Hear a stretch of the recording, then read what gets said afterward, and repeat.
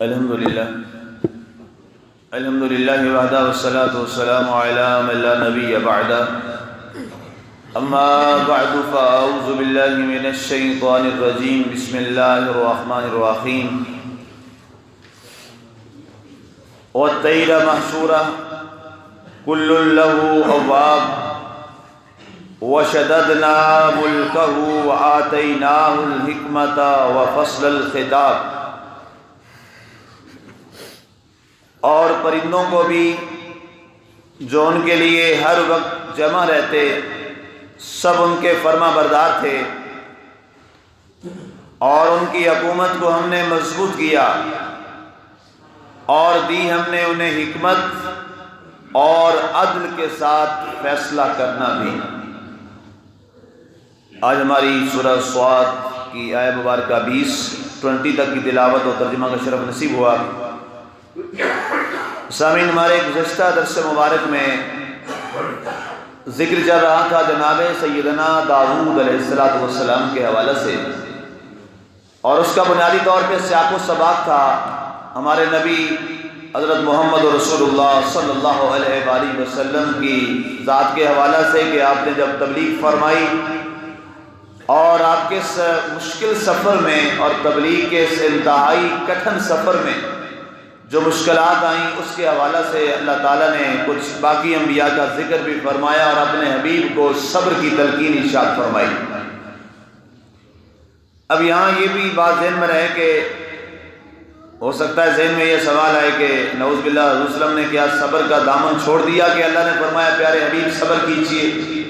تو مفسرین نے اس کا بڑا خوبصورت جواب دیا۔ امام فخر الدین رازی رحمۃ اللہ علیہ تعالیٰ تفسیر کبیر میں اور حافظ ابن کثیر رحمۃ اللہ علیہ تعالیٰ اپنی تفسیر ابن کثیر میں فرماتے ہیں کہ اس سے مراد یہ ہے کہ اللہ تعالیٰ قیامت تک کے لیے قرآن کے پڑھنے والوں کو فرما رہا ہے کہ اے قرآن پڑھنے پڑھانے والوں، تمہارے راستے میں مشکلات بھی آئیں گی، کٹھن راستے بھی آئیں گے، تبلیغ میں مصیبتیں بھی آئیں گی، لیکن تمام مراحل پر ثابت قدم اور صابر رہنا، یہ ذہن میں رکھنا کہ اور کوئی تمہارے ساتھ ہو نہ ہو، رب کی ذات تمہارے ساتھ ہے۔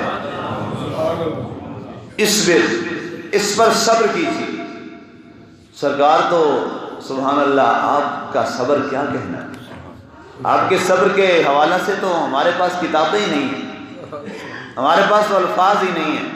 ساری کائنات کے محررین، تحریر کرنے والے علماء، خطباء، مفسرین، محدثین سارے لکھنے بیٹھ جائیں تو سرکار کے تو صبر کا ایک پہلو بیان نہیں ہو سکتا۔ سرکار کو تو ہم استقامت کا پہاڑ بھی نہیں کہہ سکتے، کیونکہ یہ بھی چھوٹی بات ہے۔ ہمارے ہاں جو بہت بڑا صابر ہو تو کہتے ہیں جناب یہ صبر و استقامت کا پہاڑ ہے، کیونکہ پہاڑ بہت بڑی چیز ہے۔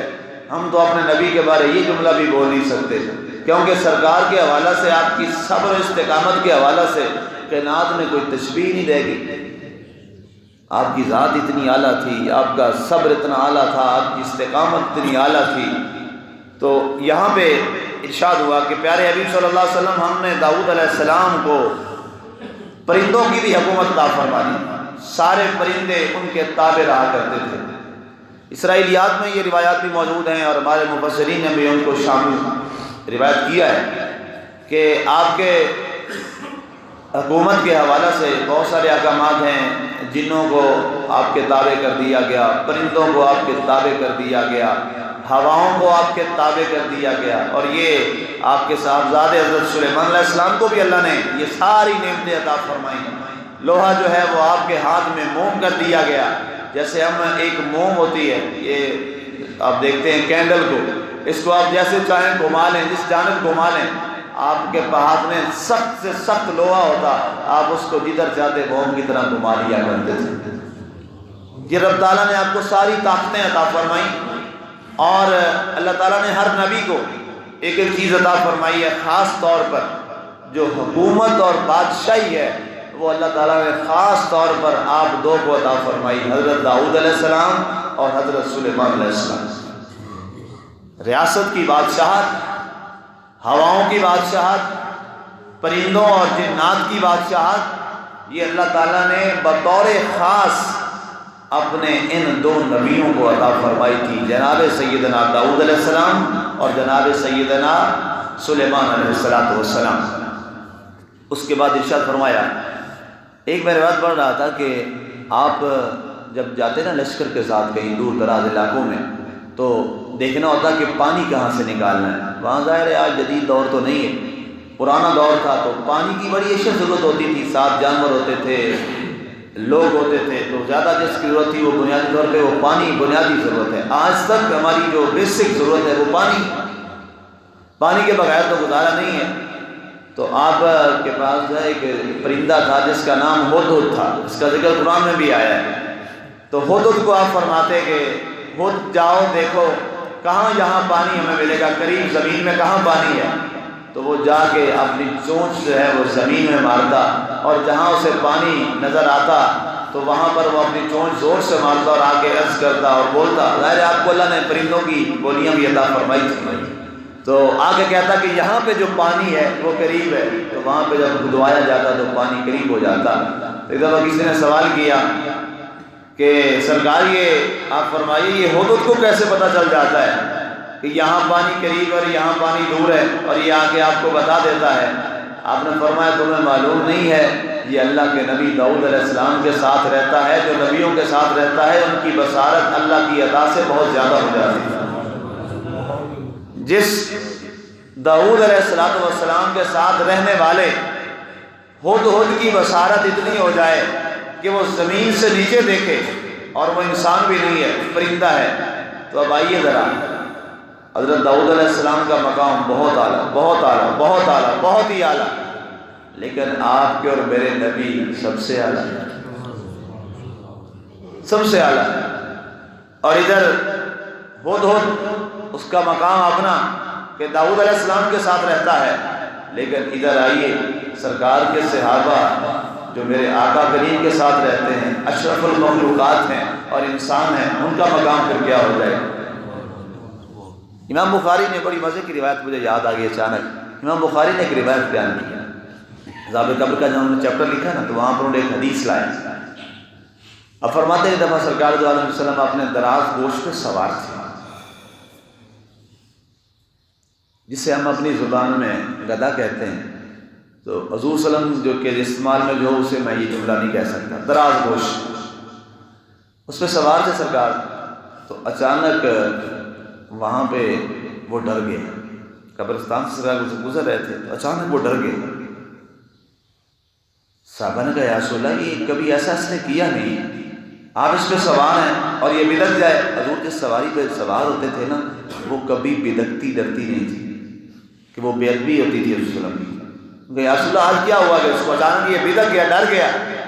سرکار نے فرمایا یہ اتر رہا، سارے سرکار بھی اتر آئے، صحابہ بھی اترے نیچے۔ آپ نے فرمایا کھجور کی ٹہنی لے آؤ، کھجور کی وہ ایک شاخ توڑ کے لائے۔ سرکار نے اس کھجور کی ٹہنی کو پکڑا اور اس کو درمیان سے، جیسے یہ ٹہنی ہے مثال کے طور پہ، تو سرکار نے درمیان سے نا اس کو ایسے چیرا، اس کے دو حصے کر دیے، اور سرکار نے ایک جو وہ حصہ تھا ایک قبر پہ رکھ دیا اور دوسرا جو حصہ تھا وہ دوسری قبر پہ رکھ دیا۔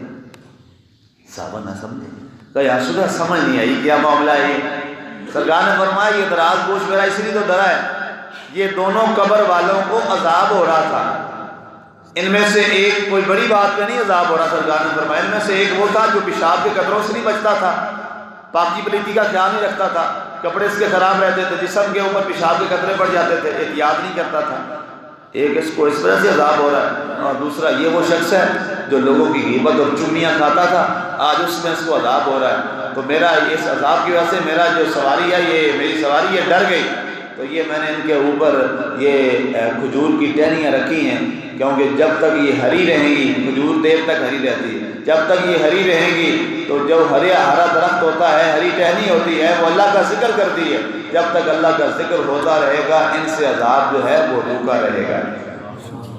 اندازہ کیجیے جس نبی کی سواری کی نظر کا عالم یہ ہو کہ وہ قبر کے اندر کے احوال دیکھ لے، اس کے اوپر سوار ہونے والے نبی کی نظر کا عالم کیا، اندازہ کر لیجیے۔ اس پہ امام بخاری کا قاری شرح بخاری میں علامہ بدر الدین عینی نے بڑا کچھ لکھا ہے، وہ موضوع نہیں ہے، تو واپس آتے ہیں قرآن کے آیت کی طرف۔ وَالطَّيْرَ مَحْشُورًا، اور پرندوں کو بھی جو ان کے لیے ہر وقت وہاں جمع رہتے تھے، اس پہ اور بھی بہت ساری تفصیل ہیں، وہ اس پہ پھر انشاءاللہ کبھی بات کریں گے، آگے بڑھتے ہیں، کرنا وہ موضوع پھر آج رہ جائے گا۔ کل لہ اواب، اور وہ سب کے سب ان کے فرما بردار تھے۔ وشددنا ملکہ وآتیناہ الحکمۃ وفصل الخطاب، یہاں پہ 3 باتوں کا ذکر فرمایا۔ فرمایا ہم نے ان کی حکومت کو مضبوط کیا۔ اللہ تعالیٰ فرماتا ہے داؤد علیہ السلام کی حکومت کو ہم نے مضبوط کیا۔ وہ ایسے اشارت و نص سے یہ بات بھی سمجھ آتی ہے کہ اللہ تعالیٰ جسے حکومت چاہتا ہے اللہ عطا فرماتا ہے، جسے جب تک چاہتا ہے حکومت عطا فرماتا ہے، جب چاہتا ہے حکومت چھین لیتا ہے۔ کسی کی حکومت کی حفاظت کرنا، کسی کی حفاظت نہ کرنا، یہ بنیادی طور پر اسباب اور ذرائع تو اور چیزیں بن جاتی ہیں، لیکن اس کا حقیقت اور فاعل حقیقی کون ہے؟ وہ اللہ تعالیٰ کی ذات ہے۔ کسی کو بادشاہت دے یہ رب کی مرضی، کسی سے لے لے یہ رب کی مرضی۔ ذرائع کوئی بن جائے، اسباب کوئی بن جائے، سبب تو ظاہر ہے، یہ دنیا اسباب پہ چل رہی ہے، اسباب کے تحت معاملات چلتے ہیں۔ اس میں ضمن میں بات یہ بھی عرض کر دوں کہ ہمارے سوشل میڈیا پہ لوگ بڑے کر رہے ہیں کہ جی مسلمان یہ وائرس کی وجہ سے یہ احتیاط کرنا، کیا رب پہ بھروسہ نہیں ہے؟ نہیں، احتیاط اسلام کا حصہ ہے، احتیاط اسلام کا حصہ ہے، ادویات اسلام کا حصہ ہے۔ کیا وسلم کے زمانے میں جو بیمار ہوتا تھا اس کو حضور دوا کا نہیں کہتے تھے؟ بخاری شریف میں حدیث پاک ہے، کسی کا یا رسول اللہ بیمار تو ہو گئے تو دوائی کے کیا یہ جب تقدیر میں لکھا ہے کہ ہم نے بیمار ہونا ہے اور فوت ہونا ہے تو دوائی کس بات کی؟ ایک صحابی نے یہ بات عرض کی، سرکار نے فرمایا تمہاری تقدیر میں ہو سکتا ہے یہ لکھا ہو کہ دوائی لوگے اللہ تمہیں صحت دے گا اور تم ٹھیک ہو جاؤ گے۔ یہ اسلام کا اصول ہے، یہ غلط لوگ پریڈکشن کر دیتے ہیں، پتہ ہوتا کوئی نہیں ہے، میں بیٹھے جناب یہ دین کے بارے میں بڑی سوچ کے بات کرنی چاہیے، یہ بڑا نازک سا مرحلہ ہے۔ اسلام اور دین ہے، یہ جو ہم وضو کرتے ہیں اور کھانے سے پہلے ہاتھ دھوتے ہیں، یہ حضور کی حدیث ہے نا، کھانے سے پہلے ہاتھ دھونا، کھانے کے بعد بھی ہاتھ دھونا، یہ کیا ہے؟ یہ احتیاط نہیں ہے، سنت تو ہے ہی ہمارے لیے، لیکن جو غیر مسلم ہے وہ جب اس پہ عمل کرے گا اس کے لیے تو سنت نہیں ہوگی، وہ کیا سمجھ کے کرے گا کہ یہ احتیاط ہے، یہ احتیاط ہے، تو یہ اسلام کا حصہ ہے۔ اب سرکار نے قرآن پاک کی آیت فرمایا ہم نے اس کو مضبوط کیا، ان کی ریاست کو ہم نے مضبوط کیا، اس کو ہم نے قوت دی، غیروں نے اس کو ختم کرنا چاہا، لیکن وَشَدَدْنَا مُلْكَهُ، ہم نے جناب داؤد علیہ السلام کی حکومت کو مضبوط کیا، مستحکم کیا، اور انہیں ختم کرنے والا اور توڑنے والا کوئی نہیں ہوتا، اور جو آئے وہ ناکام ہوئے۔ وَآتَيْنَاهُ الْحِكْمَةَ، اور ہم نے ان کو حکمت عطا فرمائی۔ اب حکمت کیا ہے؟ ابھی میں حکمت کے معنی پڑھ رہا تھا۔ حکمت کا نمبر 1 معنی یہ ہوتا ہے ہر چیز کو اس کے اصول، ضوابط اور قواعد میں رکھنا، یہ حکمت کہلاتا ہے۔ نمبر 2 اپنے لہجے، اپنی گفتگو کو اس انداز میں بات کرنا کہ سامعین کے دل پہ وہ کسی لحاظ سے خراشیدہ نہ بنے اور کسی کی ذات پہ وہ حملہ نہ ہو، تو فرمایا اسے حکمت کہتے ہیں۔ نمبر 3 ہر فضولیات سے پاک صاف خوبصورت گفتگو کو حکمت کہتے ہیں۔ معاملات کی درستی کو حکمت کہتے ہیں۔ معاملات کو اس موقع پر بیان کرنا جب اس کا موقع ہو، اسے حکمت کہتے ہیں۔ امام عینی نے فرمایا جس چیز کا جب موقع ہو، موقع کے مطابق اس بات کو سمجھ کر اس وقت بیان کرنا، موقع کی مناسبت سے یہ حکمت ہوتا ہے۔ اور آگے فرمایا سچی بات بھی ہو لیکن سچی بات کو بھی اچھے انداز سے کرنا، یہ حکمت ہوتا ہے۔ اس کی بڑی انہوں نے مثالیں دی، کئی ایسی باتیں ہوتی ہیں کہ وہ بات موقع نہیں ہوتے کہنے کے، بات تو سچ ہوتی ہے لیکن وہ موقع نہیں ہوتا۔ فرمایا بے موقع سچی بات کرنا بھی، فرمایا یہ حکمت نہیں ہوتی، سچی بات بے موقع کرنا یہ حکمت نہیں ہوتی۔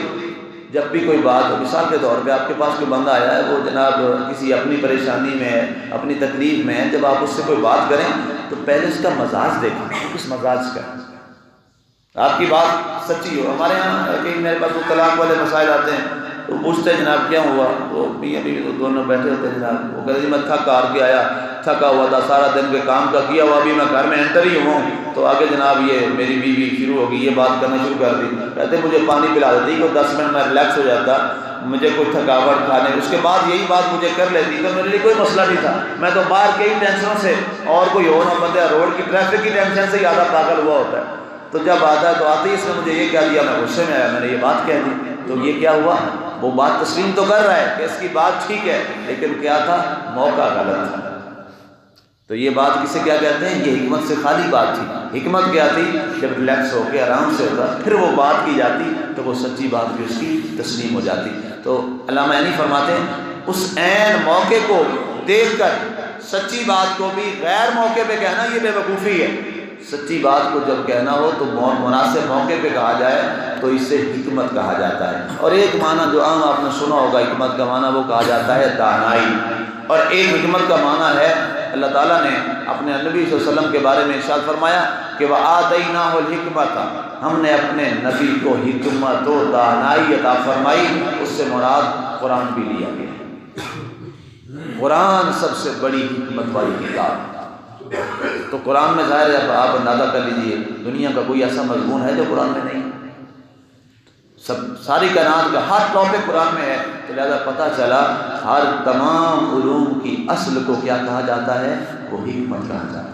فرمایا ہم نے انہیں حکمت عطا فرمائی وفصل الخطاب، اور ہم نے انہیں عدل و انصاف بھی عطا فرمایا۔ یہ عدل و انصاف اور حکمت یہ دو بڑے اہم پلر ہیں ریاست کے، جہاں پر عدل و انصاف آ جائے، بلکہ ریاستی لوگوں کو یہ پڑھنا چاہیے، ہمارے قاضی صاحبان جنہیں جج کہتے ہیں ان کو یہ پڑھنا چاہیے۔ داؤد علیہ السلام کی ریاست کے اصول دو بڑے بنیادی اصول تھے، ایک عدل تھا اور دوسری حکمت عملی تھی۔ جب کسی ریاست میں یہ دو باتیں آ جائیں، عدل آ جائے اور حکمت عملی آ جائے، اس ریاست کو کبھی کوئی ختم نہیں کر سکتا اور اس حکومت کو کبھی ختم نہیں کر سکتا۔ اللہ تعالیٰ کی ذات ہمیں عمل کی توفیق عطا فرمائے۔ وما علیہ الا البلاغ۔